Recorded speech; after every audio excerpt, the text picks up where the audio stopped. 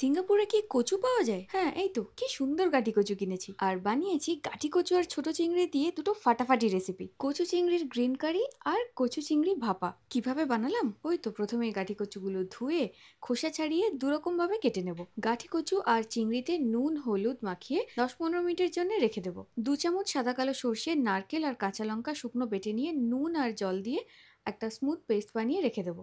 Tiffin বক্সের মধ্যে সর্ষে বাটা, চিংড়ি আর কাঁচা লঙ্কা দিয়ে একটা প্যানের মধ্যে সর্ষের তেলে কালো জিরে আর কাঁচা পেঁয়াজ ফোড়ন দিয়ে তার মধ্যে সরু করে কেটে রাখা কচুটা একটু ভেজে নিয়ে টিফিন বক্সের মধ্যে দিয়ে সবকিছু খুব ভালো করে মিশিয়ে উপর থেকে কাঁচা সর্ষের তেল আর সামান্য চিনি দিয়ে টিফিন বক্সের ঢাকা বন্ধ করে 25 মিনিটের জন্য স্টিম করে নিলেই গরম গরম কচু চিংড়ি ভাপা একদম তৈরি।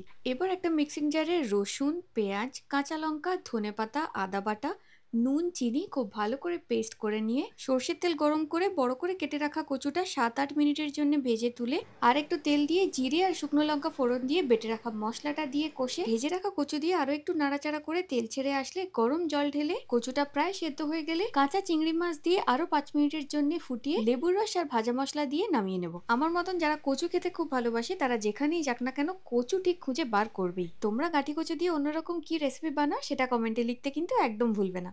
বিদেশে এসেও গরম ভাতের সাথে কচু চিংড়ির গ্রিন কারি আর কচু চিংড়ি ভাপা দুটোই ফাটাফাটি।